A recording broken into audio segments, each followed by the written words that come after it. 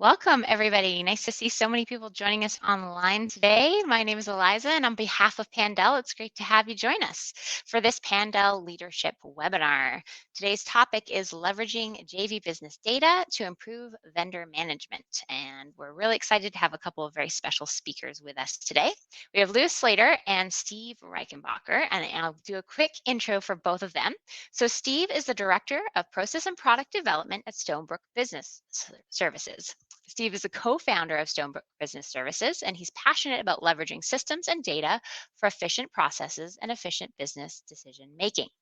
Steve has won innovation awards for his work and has had 12 years of experience delivering business solutions for clients in the Canadian energy sector. Louis is the Director of Operations and Engagement at Stonebrook, and as co-founder and the principal supply chain consultant at Stonebrook, he leverages his expertise in supply chain management to deliver tangible solutions for clients across various industries and regions. Louis's core competencies have led to successful delivery of numerous large-scale projects throughout his 18 years of experience. So we are absolutely delighted to have them both here with us today. I think there's going to be a really great presentation available. And so I'm going to welcome you both to the stage, and you're welcome to unmute your mic and get going. Excellent. Thank you very much, Eliza. And our thanks to the Pandell team for inviting us here today to discuss their data and the benefits it can provide. As we've all seen for ourselves lately, the supply chain we rely so heavily upon impact us tremendously. Our goal for today's session is to demonstrate how a deeper understanding of vendor risk, coupled with the power of Pandell, brings a much clearer line of sight to the realization of corporate goals and objectives. We intend to cast light on how harnessing this data, enriched with readily available information, can be trained and focused on your supply chain, enabling far greater visibility and control. Furthermore, we'll show how you gain this competitive edge when applying these tools to the management of your vendor base. Our agenda for today will kick off with just how Pandell powers such decision-making abilities. We'll review why it's so critical to understand what or who exactly makes up your supply chains, and look at the ever-present pressures that exist in the industry, and more importantly, how to relieve them. So who is Stonebrook? We're a supply chain-focused consulting firm providing our diverse clientele with state-of-the-art analytics, enabling them to make data-driven decisions. Whether it's building an organization's supply chain from scratch or hands-on management of SCM processes, one thing remains consistent in all of our engagements throughout the past 7 years. All companies we've had the good pleasure to work with have benefited greatly from focusing on their supply chains. I'd like to pass it now over to my colleague, Steve Reichenbacher, our Director of Process and Product Development. Over to you, Steve. Thank you, Louis. So we're going to kick it off with a little bit about how to build upon the Pandell data, increase visibility on the vendor relationship from a systems perspective. The first step is to understand where the existing data fits within the procurement operating model. In today's example, we're going to build upon Pandell JV primarily. Pandell AP will be mentioned. We're going to do this to provide a foundation for a procure-to-pay process. So this software has all the accounting software functionality required to process vendor transactions.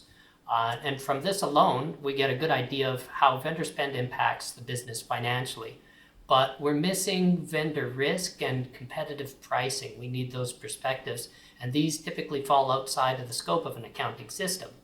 So the next step is to take a look at the entire source-to-pay process, identify the blind spots, then integrate those related systems with the Pandell transactional data. And of course, there are a lot of software solutions on the market today when it comes to source to pay, but you don't necessarily need an expensive software platform to achieve what we're going to demonstrate today. With a little bit of process and standardization, most companies can leverage what they already have, which is Office 365. In our example, we're going to use an industry-typical compliance system, an external market data feed, and Office 365 to flesh out the remaining support systems. Excellent. Thanks, Steve. So here we have just another peaceful day in the oil field, correct? Well, I'm sure most would say there's no such thing. And truly, with all its moving parts, it's easy to see how a comprehensive understanding of a company's third-party relationships can be elusive. Now factor in the fact that your moving parts have their own moving parts, who in turn have their own moving parts. It's very easy to see why many struggle to understand its true depths. How do you know you're working with someone viable? How do you know that sole source vendor won't be out of business next week and you're left in the lurch? On the other side of the coin, how do you know whether or not you're unwillingly contributing to child labor in your tier 2 and or tier 3 levels? Or that raw materials are coming from locations with human rights violations? Truly, its size, complexity, and interconnected nature makes this challenging. And the not knowing can come back to haunt you. The bullwhip effect, in essence, is stating that any fluctuation, positive or negative, will undoubtedly cause issues down the supply chain. For example, a last-minute addition of wells to your drilling program means more revenue. Great problem to have. But how will your owner-operator be able to handle this with their one truck, short staff, increased maintenance costs? How long will you need to wait for equipment in order to execute on this new plan? What feels like ripples to you is creating waves down the line, waves that continue to grow in intensity on their way back to shore. And regardless of your size, as you can see from 2022's most prolific companies in terms of drilling activity, all are seeing increased revenues, but it's costing all more to do so. And it's not just the producers. The pains and pressures felt at the top are being felt throughout. Labor, logistics, fuel, utilities, just to name a few, are all indices trending up. And again, it's not just costs we need to be wary of. Now, there are some vendor risks that are inherent to the industry which are well understood. If I cause damage to an environment, I could be shut down. If I have a track record of people getting hurt on my job sites because I lack certain safety mechanisms, I can be shut down. And the well understood risks are therefore managed accordingly. In fact, entire departments such as QHSE or entire industries such as compliance software have been formed as a result. And for the better, I would argue. But what about the hidden risks? The pressures these risks can cause on your business are intense. And I'm sure we'd all agree that understanding these risks before they fracture inside your operations is ideal. A good rule of thumb, the fewer colossal destructive objects I have floating around in my supply chain, the better. So how can we ease these pressures? Well, let's take a page from our colleagues in the field. They have the equipment to mitigate risk. They have the fit-for-purpose tools. They have the standard operating procedures to work according to regulation. They have what they need to execute their objectives. So you must ask yourself, does my supply chain? Okay, so Lewis has pointed out that we obviously have some business needs that we want to shed some light on. We need that data model that's going to integrate that internal and external data perspective. So we're going to need to do that, we're going to need to build upon some key fields that exist in the transactional data. Let's start with the accounting minor. So with the accounting minor, we can use it to determine which department needs to be at the table regarding fleshing out a sourcing project or going through a vendor selection process. We can also use it to build out the spend categories or the vendor portfolios that we're going to use, that we need to basically use this to group vendors in a way that's easiest for the business to manage. And then we're going to, while we're building those spend categories, we want to take some standard classifications into consideration so that we can leverage it for external comparisons. And one example of that is using price indices for price trending. We want a match between the vendor category and subcategory to these price indices so we can see where prices are trending high level for the category as a whole. Another field that we want to build upon is that business associate field. We want this as a key field in order to connect transaction data to something like a contract management system, if that's in place. And we really want to focus on the legal and trade names when we're making this connection with the business associate field.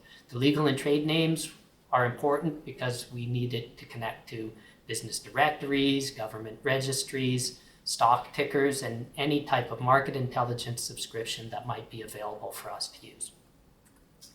So I want to talk a little bit more about the importance of building on that legal entity field. The business associate field isn't necessarily a legal entity. there are many ways that vendors structure their businesses, their bank accounts, and their payment processes. And it's important for the transaction system to remain flexible to meet the needs of the business. So an example of this is, let's say we've got a vendor, it's got multiple different business lines that roll up under one legal entity, or multiple locations that roll up under that one legal entity, and they have separate bank accounts that you need to remit to between these different locations. So you would want to be able to set up your business associate field so that you can remit properly to the vendor. But as a result, you might be faced with a vendor duplication of legal entity. And we want to maintain that visibility on all our spend for activities such as a contract review, performance review, or pricing review. There may be the case also that you have a match between the business associate and that legal entity, but you're spending with a wholly owned subsidiary of a single parent company. So again, we want to track that relationship with the parent company, because the greater we can consolidate our spend, the greater the chance to secure volume-based price discounts. Okay, so we've got all this data connected, and we've got all these data tables that are feeding into our data model. Now we're going to have multiple factors that are related to vendor risk and vendor impact. And typically at this point, decision makers might get flooded with a whole bunch of data points and expected to take it all into consideration in order to make their business decisions. Now we can help them out a little bit by adding up all of the factors for them. So in this example, we're going to basically calculate vendor impact. So we're going to take a look at the amount of spend we have with the vendor, the volume of invoices that we're cutting with the vendor, the amount of departments that the vendor touches in our business, and we're going to take a look at the commercial complexity behind the vendor relationship. Now, individually and together, these don't really add up in a very clean way. Just a side note regarding commercial complexity, we're really talking about the vendor relationship with barriers to switching to a competitor. So to calculate this, we want to allocate a maximum weight to each of the contributing fields. And then we want to allocate a portion of that maximum based off of the actual value of the field. So when you're dealing with a quantitative field, you want to assign ranges so that you can bucket those values. If it's a qualitative field, then you assign a one-to-one relationship between that value and a weighted score. The end result is an aggregate score that can inform the business user regarding the overall trend before they may need to make that decision to drill down into those individual components. Okay, time for some examples of how we apply this data model to data-driven decision making. So our first example, we're going to build a vendor profile. We're going to need Pandell transactional data. We're going to need to understand how the vendors are categorized. We're going to need to know their credit rating. We're going to need to know where the price is trending for their category or subcategory. We're going to want to know what the status is of their contract, and we're going to want to know how they're being managed today. For example 2, we're going to build an impact versus risk model, also known as a Kraljic matrix. For this, we're just going to need a subset of the fields that we've already outlined in example 1. Okay, so on to example 1. This is being delivered to the business user as a Power BI dashboard. It's busy, but we're going to try and cover it all in one shot for the purpose of this exercise, so we're going to put it all into one visualization. So let's start with the parent-child business associate relationship that we were talking about before. In this example, the vendor owns 2 other vendors that we also do business with, and when you add it all up, it's over twice the amount of spend compared to the business associate alone. The next section down, we have a little bit more information regarding who is our department stakeholder, how have we categorized the vendor, and if we consider them to be a critical vendor to the business. The next section down, we've got some strategies that we can potentially lean on. We've got some detail regarding how we're managing the subcategory, the direction that we're taking regarding the vendor relationship, and some detail about whether there might be some price trend opportunities that we should take into consideration. The next section down, we've got a basic risk score, and this is weighted using the list of inputs below, using the same methodology that we covered when we were talking about calculating vendor impact. Okay, so the last section, last but not least, is sourcing projects. Here we've got an idea of the projects the vendor has been selected to participate in, and by showing this in this visual, we can show the progress that's been made in developing that vendor relationship based off of all of the factors that we've outlined above. So another way to show how all of this data comes together is to see in this visual how we can see how which data sets are the primary contributors to the analysis. Okay, so moving towards example number 2. Before we get into example number 2, we need to cover a little bit more about what that Kraljic matrix is. So it's a tool that informs us when we're setting strategy for each category. Supplier risk refers to the risk of failure in service of a supply. It gauges the balance between supplier power and buyer power in the relationship. Supplier impact, again, measures that financial operational impact to the business. So each category is going to plot somewhere on this chart. So each box or quadrant tells us potential strategies that we might want to employ for managing that category. So for routine, think something like office supplies. We're going to want to consolidate that spend. Leverage, think something like a utility. It's low risk but high impact, so you're going to want to take the time to shop around for a good price. Bottleneck, this is high risk, low spend. You can infer that there likely need to be a greater effort in managing the risk with a small impact to the business. And strategic, also known as partnership or strategic partnership in some Kraljic models, this is your opportunity to engage the vendor and work together for the greater good.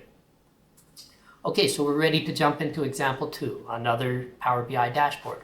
So here we can see all the contributors to impact and risk spelled out in the left margin. And each subcategory has bubbles on the scatter plot. There's increasing risk on one axis, increasing impact, and the bigger the bubble, the larger the spend. So for the end user, we could also provide a detailed tooltip that they can see when hovering over each subcategory. Here we can show them, give them a quick overview of where the spend is trending for that subcategory. What is the current strategy, if there is one, in place for the subcategory? Number of vendors that make up the portfolio, the number of departments impacted by this portfolio, and also display what are the top vendors within this subcategory. Okay, so the natural next step is to drill down into the subcategory with a vendor level Kraljic matrix. Here we can see where each vendor's plot versus each other, and this helps us to decide which vendors we may want to develop or phase out. And again, we should provide a mini vendor profile tooltip. Here we can review the current relationship with each vendor as we build out that category plan. So now let's jump into Power BI so Lewis can demonstrate from the end user's perspective. Thanks, Steve, for that very detailed run-through. So as mentioned, we'll take a look now at the working example of the tool to better understand its capabilities and functionalities. First off, focusing in on the Kraljic, category Kraljic matrix, let's take a look at the energy equipment and energy services. We see roughly 45% of our spend up at the top left is made up in these two categories. So if you are able to move the needle with regards to pricing here, very impactful. About 35% of your invoicing is being done in these categories. So opportunity to consolidate or consolidate billing, again, impactful to the bottom line, process savings. And around 40% of your vendor base is located in this group of services or products. So huge opportunity to consolidate the number. Finally, 3 of your 5 departments are utilizing vendors in these categories, so it's a very good place to start.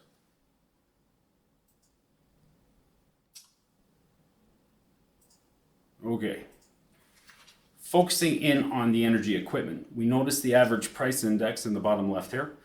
It's telling us that we may have missed a boat when it comes to securing our interests, but with market dynamics shifting back the way of the supplier, we must act sooner than later to ensure we're not paying a premium this time next month. Specifically focusing on process equipment, we see here 25% of the spend is being spent in this subcategory, with 3 vendors being utilized across 4 departments. Is there opportunity here to consolidate for pricing considerations or favorable warranties or buyback of equipment, those kind of options, or maybe all? One thing's for sure, given the amount of impact the number of departments utilizing, any effort here needs to be well coordinated across everyone. Okay, scrolling down to OCTG,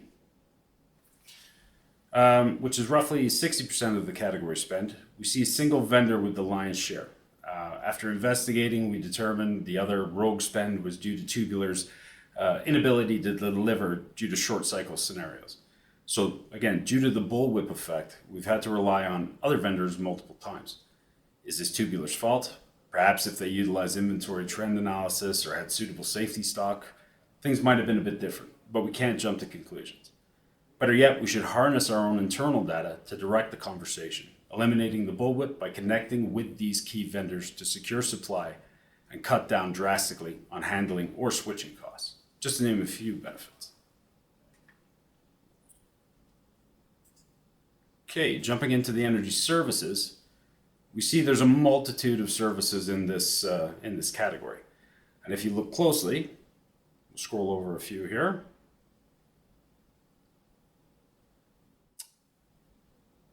They're being done by multiple suppliers. No one supplier is offering more than one service, hence this high vendor count at the top. So knowing what we know about oilfield services, is there opportunity here to potentially shift to a multinational? Can we leverage total spend across numerous services with one family of vendors to see a better all-inclusive price point? To be determined. Okay, let's transition now into our vendor Kraljic. Bear with me. Here we go. Okay. So these tools can be used to highlight required actions or potential issues before they occur. Shifting back to our vendor profile from earlier in the slide deck, we can see each of the contributing vendors in relation to the other in a little more detail. And we'll focus back on trucking. There we go. Now, take a look at what happens when we select production, right? We see that production has the lion's share of the spend, right? But what happens when we restore drilling? Our old friends from slide 17 have come back.